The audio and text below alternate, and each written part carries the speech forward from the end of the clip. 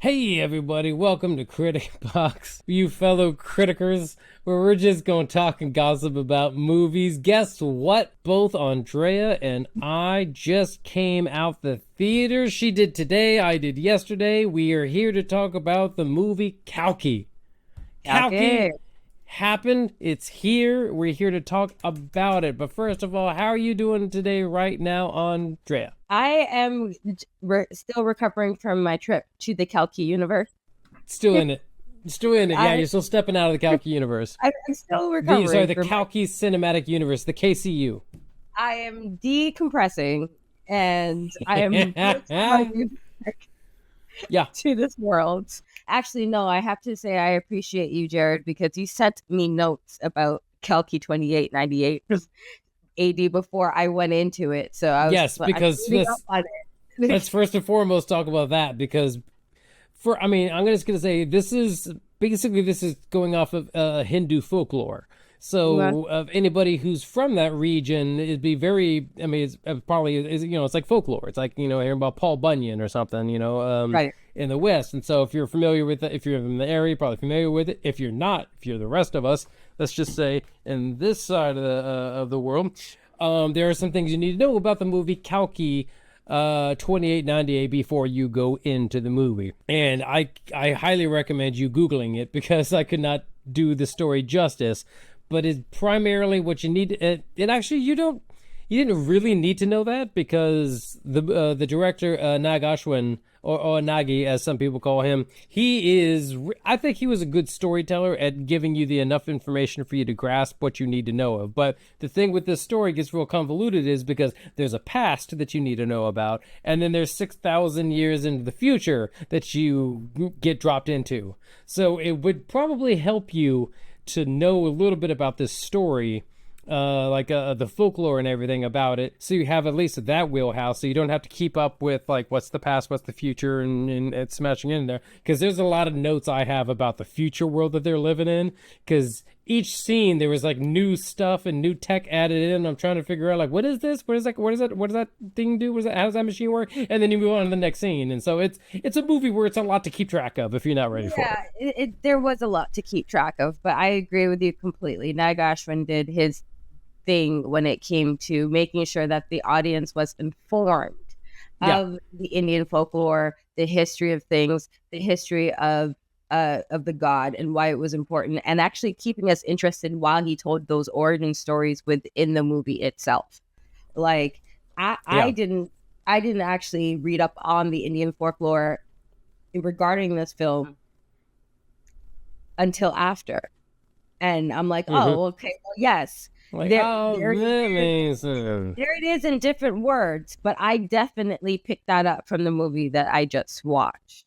And I really like how it was done, the effects in the movie that it was just watched, how he used the flashback sequences at specific points. It wasn't just expositional all the way through. No, it was actual very valid storytelling, and it Mhm. felt like it made sense where he put it in, and it was entertaining to watch, and it also informed you of where these people were coming from.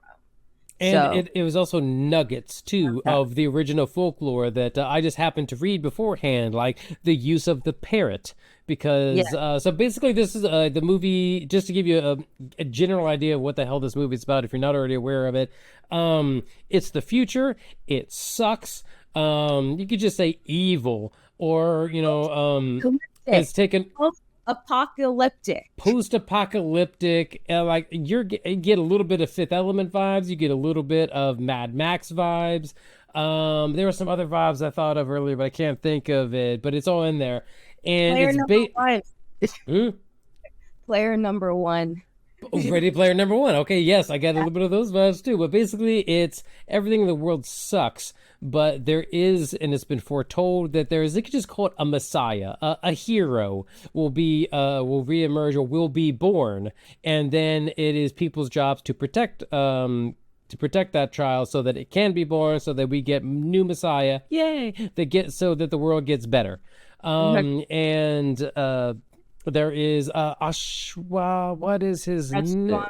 Ashwanta. Ashwana. Ashwatthama? Ashwatwan. Okay, we're Ashwat gonna butcher these names, people, and we're sorry. 100% we're gonna butcher these, but we're doing it with gumption. Okay, so yes, he is like that guy. Yeah, he's like 8 feet tall, and he's an old god, an old immortal god that's was cursed with living so that he could protect the new Messiah whenever it showed up. And he's like, hot damn, I got a job again. And so he sets to it on his job. And it's a really cool story, really well done, but it's a lot. And if if you could do as much homework as possible before going in there, it's gonna do yourself a favor, because there's gonna be a lot to keep up with if you're not already aware of how the story is generally goes. But it's a retelling of what the story is going to be. But it's kind of cool because even Nag Ashwin, in some videos, it says that he has to do the future because obviously in Hindu mythology this hasn't happened yet. So it's like it's been told how the Kalki, or the new hero Messiah, is going to appear, but it's like it's never really been shown how it's going to happen. So you had to create all of that, and so that's another element that makes it fun. And then you throw in a lot of, I'm going to say, it's a style,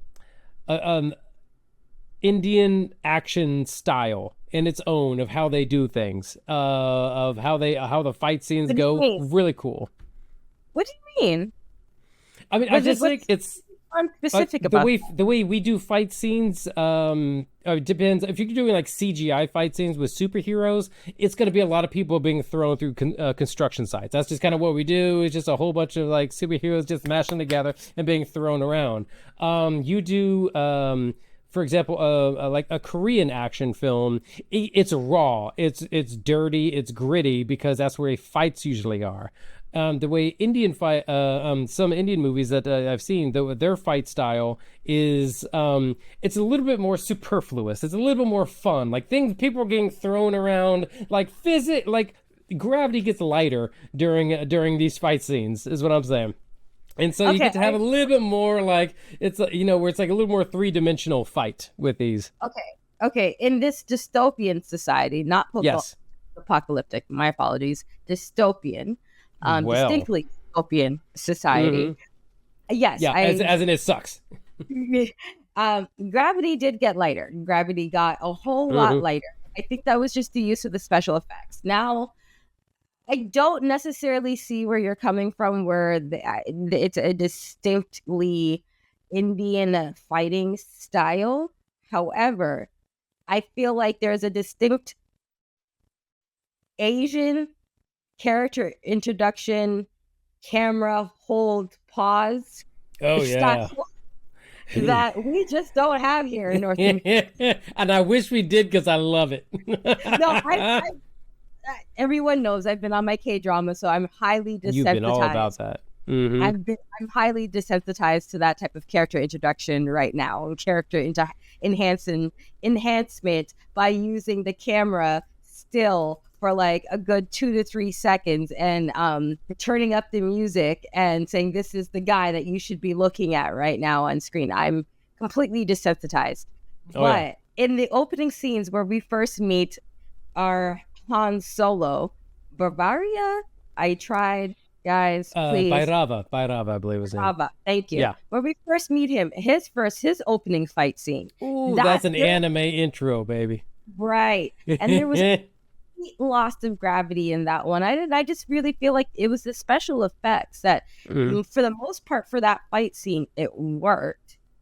But then there was a couple of seconds in there, just little seconds where you're just like, oh, post, but it was strings.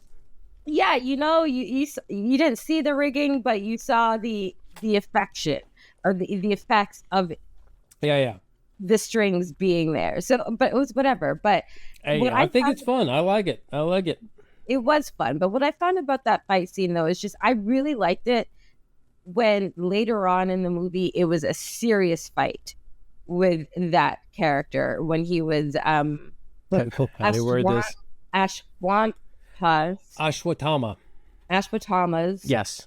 god, like his brother that came back, that reincarnated in Bavaria's body.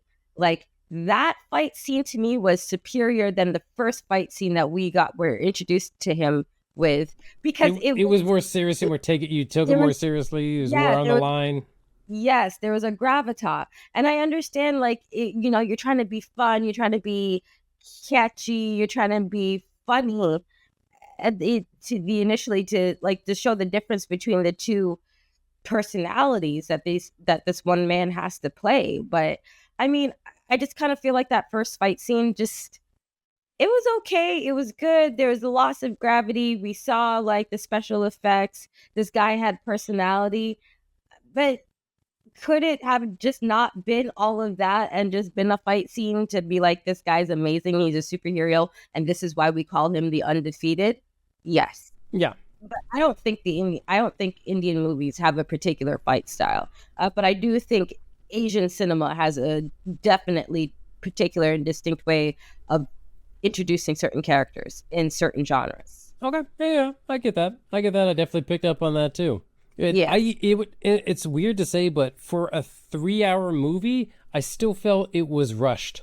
I feel like it was a lot packed into 3 hours. It's weird for me to say that, but I'm like, yeah, like I could have used 2-hour movies to get this whole, so that we'd technically get an extra hour, in there, so that I could get a little bit more like, I like, okay, I need to wrap my head around the last 15 minutes of what I just saw. Can we pause for a scene? Can we take a slow scene? Like, no, this is a movie that goes. He did pack a lot of that in. He did pack a lot of stuff into that, and it still wasn't done. Let's be honest. I mean, there's no spoiler here, but let's just say there's going to be another movie. Yes, no, there has to be. There's no way that story is finished, but I still felt like it could have been a half hour shorter than what it was, and I would have still got the gist of it. I would still have been interested, and I would have liked it just as much. But there was a lot packed into there, and I feel like a lot of it was superfluous. I got your story. Mm-hmm. I like your fights. I'm connected and I resonate with several of your characters, and I understand the characters' motivations behind what they're doing. Okay. I mean, a lot of it, it's okay. It's okay. We were good, sir. It's fine. It was fine. It's like when you have a birthday cake and there's icing on the birthday cake, and then they put icing on top of the icing, and then they drizzle that with some chocolate ganache, and then some whipped cream on top of that, and then there's on top of that, and yeah, I was just like, but I was cool. I mean, I could say the whole, let's just say, let's just call it the happy hour in the complex. That was fun, but did we need that? Was that the scene you could probably like maybe have done without? Because I feel like that one kind of took me out. I kind of got me distracted from the rest of the story. Is that the one? No, is that the one where it was in the complex, or did they go down to Earth? Yeah, him and the girl Roxy, like she got him like an hour pass to go like fool around and everything in the complex, and then they just have like a whole like montage of like they got all these clothes out of nowhere and having a good time, I thought they were down on Earth because like no, they were in the complex for that one. Okay, that was complex. Okay, yeah. I mean, everybody probably wants to see Roxy. She's probably, she was a very attractive woman, but yeah, that's probably one of those scenes where I'm like okay, why? Like, was there a purpose for that character to be in there for that hot like 25 minutes? She was the device to get him into the complex, and we needed to see that, Then you got his ass kicked out. You're right. And it's just like there was a character, the guy in the complex who was trying to not sexually, that's a harsh word, who was coming on to the young woman who it happens to be pivotal in the film. Oh yeah. That character's plot didn't really go anywhere. Did we need to see that? No. We got more time with him than I think we needed to. Yes. For him to just be, just disappear after that. Exactly. I mean, there was a few of those, and I'm like, I understand. Like, I think Nag Ashwin is a fantastic director. Yeah. I think it was my first time seeing his movies, and I liked him. Yeah, exactly. His vision is brilliant. His way of creating a world, his use of special effects, the use of lighting, the use of costumes, shapes, colors, absolutely freaking brilliant. And when he picks up the pace, he's he's monumental when he picks up the pace and things are just flowing. And you can see the different cuts, you see the different camera angles and how he interweaves those together to tell his story.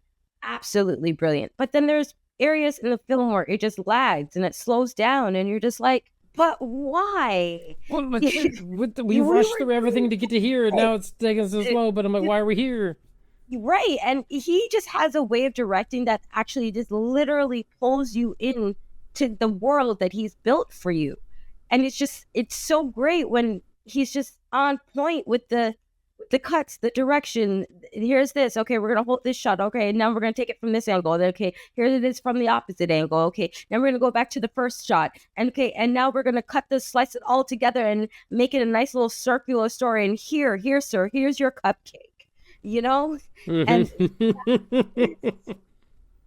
that is what you need to know in a 5-minute scene or whatever it happened to be. But when Yeah. those scenes brought out to like 7 and 9 minutes, you're just like, but sir, I understood what was happening. Yeah. Let's continue. Although I think we could say like another character was what the old man that's living at the dude's house like slash garage, like he's technically the landlord, but then like what was it, and then Bhairava owes him like rent money, whatever. I like that. I liked that because that was a good kind of down moment where it's like, okay, Yes. cool, that was the break from action, so you can get some little bit more character building, little back thing Yes. of this guy, whatever. That was a fun little banter. Yes. And I like Bougie, his little computer. Bougie. Yeah, his Bougie. computer. I love Bougie. His kit, Knight Rider kit. I loved her. I think that was Loved a great. it too. Loved it. Right. Yes. And yeah, I agree with you that old man, his landlord there, that worked. I mean, that was a nice. Mhm. You see how he was interspersed through it, and it wasn't just one long scene with him in it. Wasn't, know? hey, here's a good 15, 20 minutes of this one character, and then they're gone again and not even important anymore. Exactly. He was Where it's like, oh, did you like this person? Cool, they're gone now. right. He was interspersed. He was in it, and then he was out, and then he was in it again, and then he was out, and then when he was in it again was- for the last time Yeah. before the big cataclysmic, bang bang. Mhm. the- Yeah. It was funny. Yeah, it was fun. It was a good comedic relief, and he took the air out of the main character. That's exactly what he was supposed to, like, what that character is for, and I love that.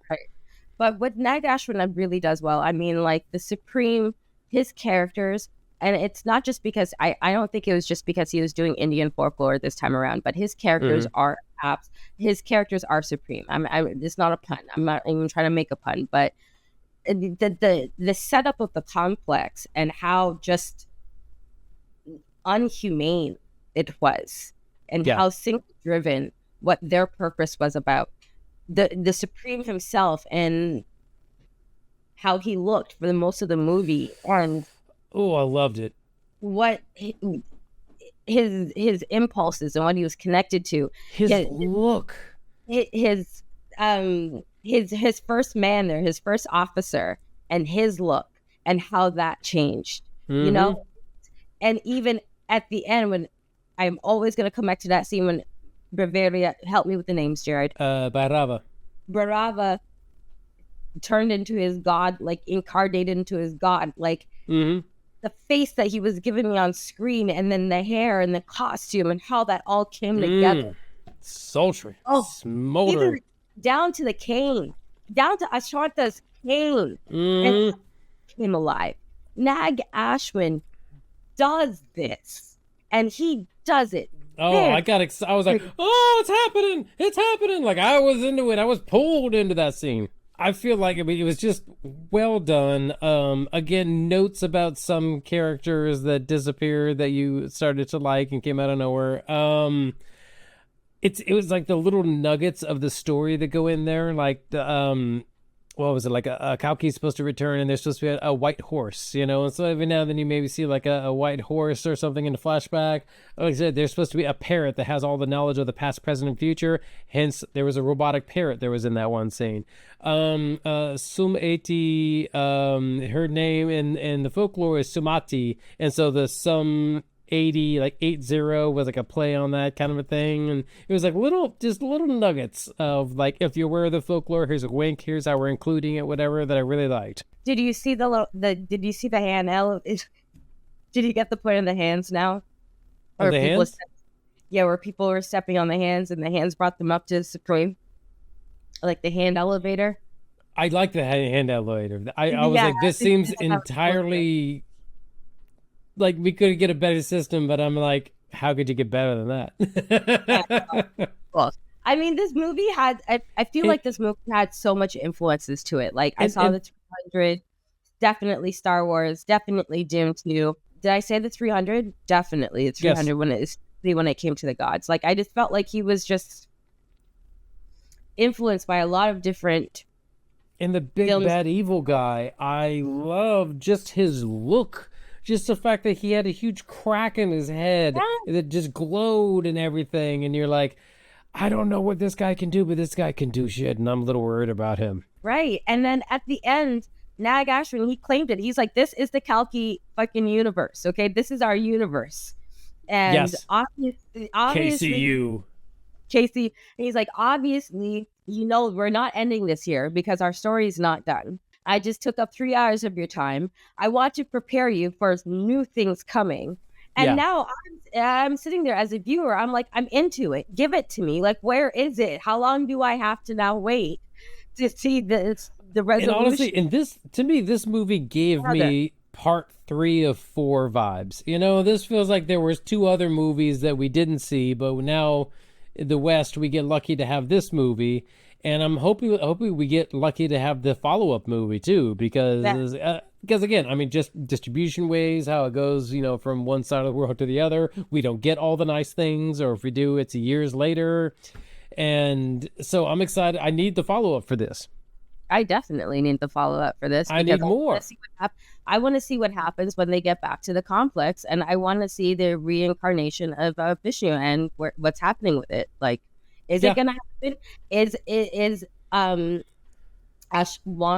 Mm-hmm. Is he going to be able to finally be set free? Like, I have. Does he get his own weapon? He's been toting his brother's weapon around for 6,000 years. Does he get his own weapon too? And I love that old man. He was just so serious and so on his job. And the actor who played him did it so well. Like, especially when they first brought her to the complex and she's hiding out there and she's trying to get her space. She's like, if you guys are around me, you're all going to die. I see this. And he was just like, nah, man, well, I'm your Secret Service. I guess I'm dying. I'm staying. So, no, it was great. Great acting by everybody. I mean, Prabhas, who played Bhairava, like that man, like he knows that he can deliver a serious line. He can deliver a comical line. Like, yes, he can. Very well played. Very believably. Like all the, in my opinion, unnecessary fun bits may have not been my personal cup of tea, but he sold it. He definitely sold it. So, I mean, I have to give him that. I think the female actors did a fantastic job. It's the woman that played Sumedi. Her name is, I believe, Deepika. Yes, it's because they were in their own like version of The Handmaid's Tale, and it was disgusting. Oh, and I love the woman that was trapped in there too with her that helped her escape. Yes. Oh my God, she was an unsung hero in that one as well. Yes. Like she was a character that I loved, had fun with, and then gone. Yeah. We don't know what happened, but yeah. I like Disha Patani, who played Roxy. I just didn't understand, other than getting him into the complex for an hour before he got kicked out again. Yeah, like I just didn't get that. But I think the female actors did such a great job. And another acting kudo I want to give props to is Himanshu. the little boy. Ah, yes, he was so good and adorable. Was He was adorable, he was sweet. I loved every time he came on the screen because it was, you could see that he was a device, but he was a plot device to actually help push his story along. But he just he made he evoked feelings. You're just like, yeah, you hope that side wins because that's where the little kid is at. you know Because like I want the side that he's on to win. Yeah, it's just like I liked you. and I liked Kira. Kira was a fun, wonderful character. She was the lifeblood of that getaway van that they were in. Oh, I mean, man. yeah, I know. I'm not gonna say anything because I don't want to ruin as much as possible. But and then like let's just say some of the other characters. I'm like, well, we could have lost you. Why do we have to lose? Yeah, just. I generally positive. I just feel it could have been shorter, but generally, see, that's the thing. I feel like you could have used the exact same amount of time because I mean, hell, you're telling the folklore you got to span. I get that, but you could have probably cut out a couple scenes so that you could let other scenes breathe a little bit more. I feel like that. Stuff. Yeah, exactly. Again, did we need the almost? I really thought they were going to break out in a song during that one time. Like at one moment, it was like a James Bond party where everyone's all dressed up nice and it's all swanky and all that. Everything's glorious, whatever. You could have just cut that out, honestly. I mean, I had questions about where the hell they get all these nice clothes. But you could have just probably cut that out and let some other scenes go a little bit longer, and I would have been fine with that. Yeah. Like, no offense to Adisha Patani, who played Roxy, but I did not exactly get the whole purpose of her character in those scenes, other than to say, hey, the complex is really great. You should totally come here. Other than that, I feel like it got too hokey. It got too, like, almost like, hey, all of a sudden she's a love interest and she's gone in 15 minutes, and then it's like, oh, they have a whole like music video like that they're having together, having a great time with all these fancy people, and then anyway, next, moving on. I was like, okay, we probably could have cut that and then like widened some other scenes just so I get a little bit more time to give there some more dialogue, some more understanding. That would have been my notes on that. Definitely. And the other thing I would have to say, if I have any other criticism about this film, I would have to give it to the sound design and the music. It's not. I love the original songs where they were expressing the folklore in song. That perfect worked for me. It's just the using of sound and song as an exclamation point to highlight the entry of your characters. Sometimes it worked, a lot of times it didn't. Was there a little bit too much Foley in my opinion? Yes, there was. I mean, if that is the criticism I want to give to the sound, it's that I do kind of want to hear. There was one song that was playing that I liked a lot, but I don't know if that's part of the soundtrack or not, or if it was just something that was specifically written for that scene. My only two criticisms about this film, I would say, is just that this length of some scenes were just, in my opinion, highly unnecessarily long, and like the overdoneness of the sound design. It was a lot of sound. It was a lot of audio happening. Yeah, and so and sometimes thank you for the subtitles. I really needed that, and also for me auditorily, I needed subtitles, whether this was in a different language or not. Some of the songs, the lyrics were very important because they're telling you the story. But I feel like if you didn't have subtitles, you may have easily missed that because there's a lot of other sound slapped on top of that. Like I said, it was like sounds stacked on sounds, and it was kind of like a jumble sometimes, trying to piece it out exactly. So, yeah, I hear you on that one. It was a lot of sound all the time. Overall, would you go see the second one? Are you into it? I'm in it now. Hell yeah, I'm gonna go see that second one. I need conclusion to this. Okay, I need closure. I got committed to these characters, even the characters that were only there for 10 minutes. I got committed. I'm in it now. Okay, streaming or theatrically? See, that's the thing. I saw it because the movie theater in my town only had it in regular mode, so I wasn't able to get it in like maybe like a fuller, richer sound, something like that. I don't know, but I would go see it in theater. I'll go see it in theater again. Because I Okay. mean, you need a big screen to see all of what's happening, at one time. So I'm like, all right, I'll go see it in theaters again. Okay. I mean, you know what? I kind of like, if I had the theater experience that I had today, then yes, I'd probably go see it in the theater again. There wasn't too people close to me. The seats were very comfortable. I was in that theater. It Well, was very dark. I I had a came out. diff- There's sun. What? Okay. mm. Um, if I have that experience again, and maybe a blankie, yes, I'll probably go watch it in the theater again. But yeah, I have to see the end. I will now want to see what Yeah. happens. And then I would say anybody who's not seen a lot of Indian films, I'm gonna say including myself, I have not seen a lot of Indian films. I'll say that. If you want to get a really cool crash course into Indian Hindu folklore, and you want to see different like actors and storytelling that you're not accustomed to, this is a good one to get into. This is a lot. It's a 3-hour crash course, and I feel like it touches on a lot of different genres and vibes that you can pick up on in a film.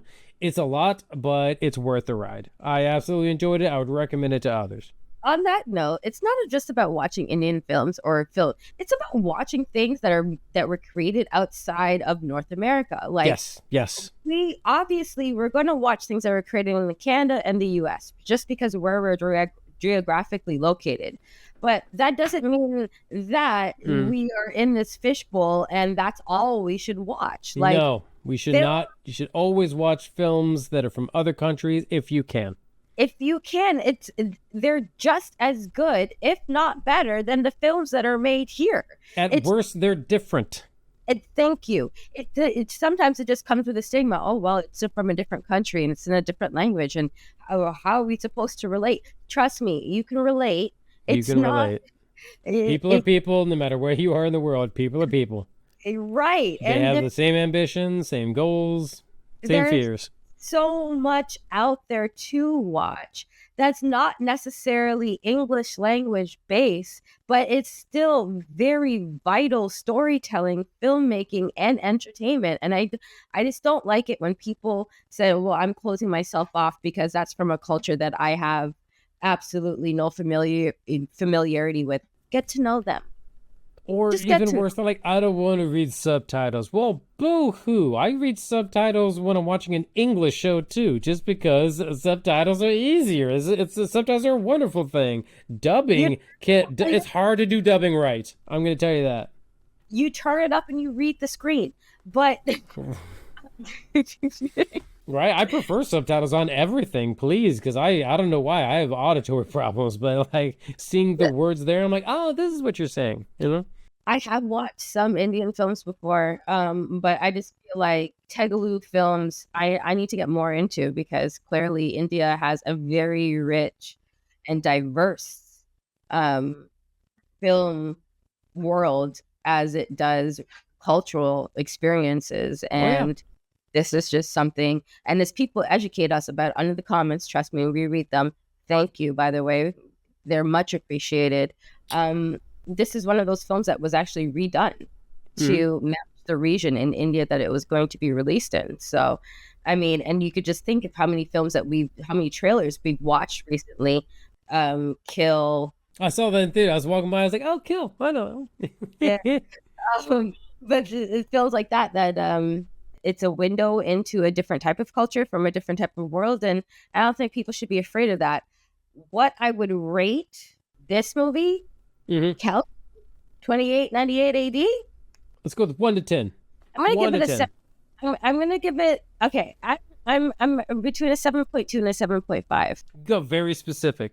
Those Yeah, are very specific numbers. I'm actually now that we're thinking about this, I'm gonna give it a solid 7.5, and the 7.5 is just because of the scene length and the sound for me, and yeah, that's I it.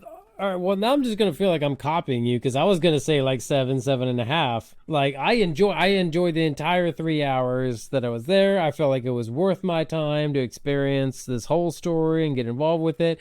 But I did have notes about some characters. Why are you here? Some characters. I wish I had more time with you.